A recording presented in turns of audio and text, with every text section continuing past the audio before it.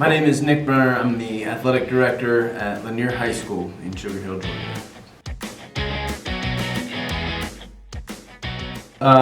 That's a good question. We use them in a lot of different ways. One of the bigger ones that we do is a monthly award. We actually hand out 5 of them. So we have a student athlete, male and female. We have a Longhorn Award, which is like a staff or faculty member. And then we have a coach and a teacher of the month as well that we hand out every month. And the staff is excited about those, and they make nominations, and they're always kind of waiting to see who those awards are, because their picture goes up on the wall, and it gets people excited. We had a set of awards that we would order every year to honor, most improved, most outstanding wrestler, outstanding freshman, things like that. We also had a Hammer Award, which was an interesting one for us, just kind of to recognize one of our harder working, hard-nosed kids that just kind of would do anything for the program. But our banquets were simple. We kept it potluck and kept it focused on, just not spending a lot of money, but making sure that the kids were recognized and they had something to remember. I think a lot of times, it's not so much the awards that they're getting, but the memories that they've created, and those awards just kind of set it so that they can kind of remember that moment, remember that accomplishment down the road. But really, it's the memories that are created while you're, accomplishing those things that you really want to take with you. So, having that physical thing that they can take with them is important. There was a lot of little incentives and things like that. There was Gwinnett County Takedown Club does a Wrestler of the Week each week, so we had shirts that we hand out that way that signify their Wrestler of the Week accomplishments. I kind of have always had an ongoing bet with everybody I've ever coached in the sport of wrestling that if they can take the coach down, if they can take me down, then we buy them a steak dinner. How many steak dinners did you buy? That's always the next question. I'm undefeated there, so I have yet to buy a steak dinner, and I've kind of hung up those coaching shoes. I think I'm good there, but my son's getting very close. He's a very big freshman, so he's gonna outgrow me pretty soon, and he might be taking advantage of that steak dinner for sure.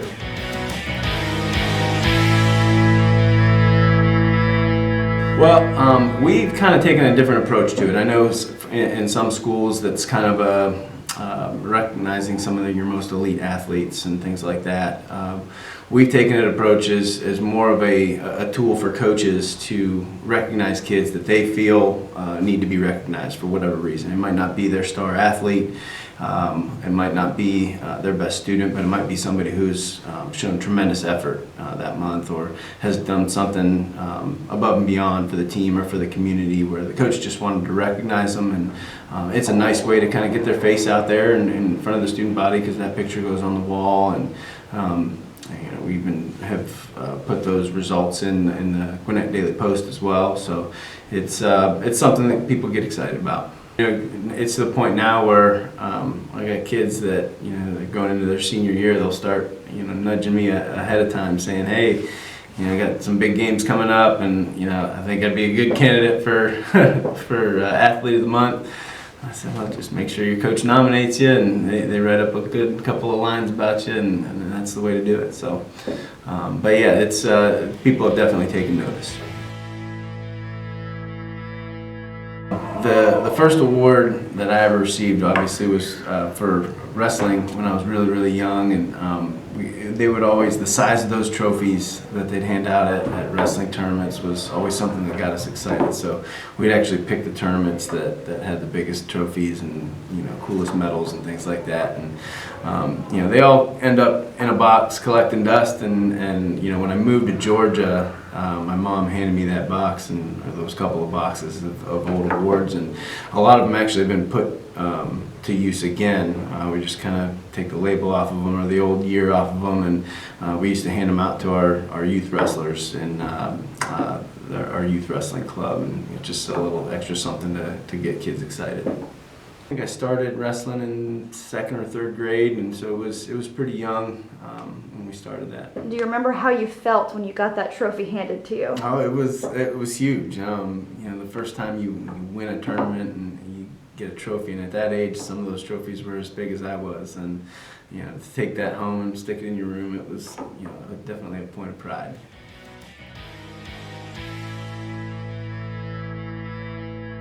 It's harder to find than people talk about, because I think a champion mindset is somebody who's willing to do the work and prepare ahead of time, and that's where a lot of it is missed. Everybody thinks a champion mindset is to win, to do whatever it takes to win in the moment, but a lot of that is taken care of in the months and months and months ahead of time in the preparation, and I think that's where the true champions separate themselves from the rest, is how they prepare and the things they do when nobody's looking, to give them that edge.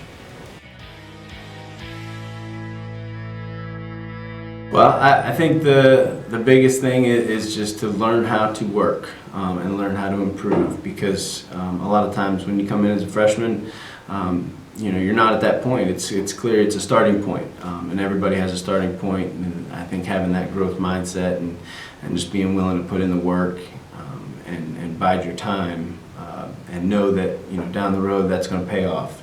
Look into that leadership and those upperclassmen. Try to emulate some of the things that you're seeing in what you want to be and what you want to succeed in. So look for those role models, and don't be afraid to put in the work.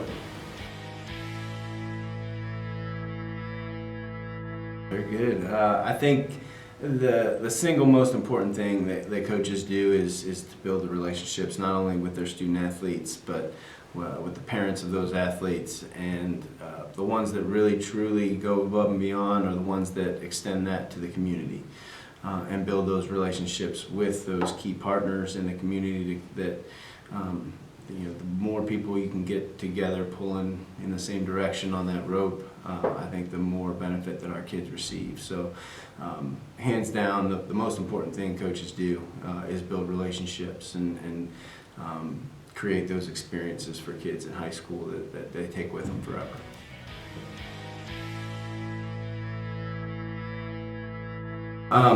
My role is a servant leader. My job is to support all the coaches in everything that they do. The spectrum there is pretty broad. So it's one of the things I enjoy about this job is it is truly different challenge every day. Something new. It's very rarely is it repetitive. So there's always something new that we got to a hurdle that we kind of have to overcome as a program or as a school. But that's my job now. Is just to support the spectrum of sports rather than living in that one world as a wrestling coach or a football coach. Now it's just zoomed out, and I'm there to support all the coaches. Several of our teams have used it for banquets. I know our principal has used it in for a couple of coaches or teachers that have retired and moved on. It's good memorabilia product for sure.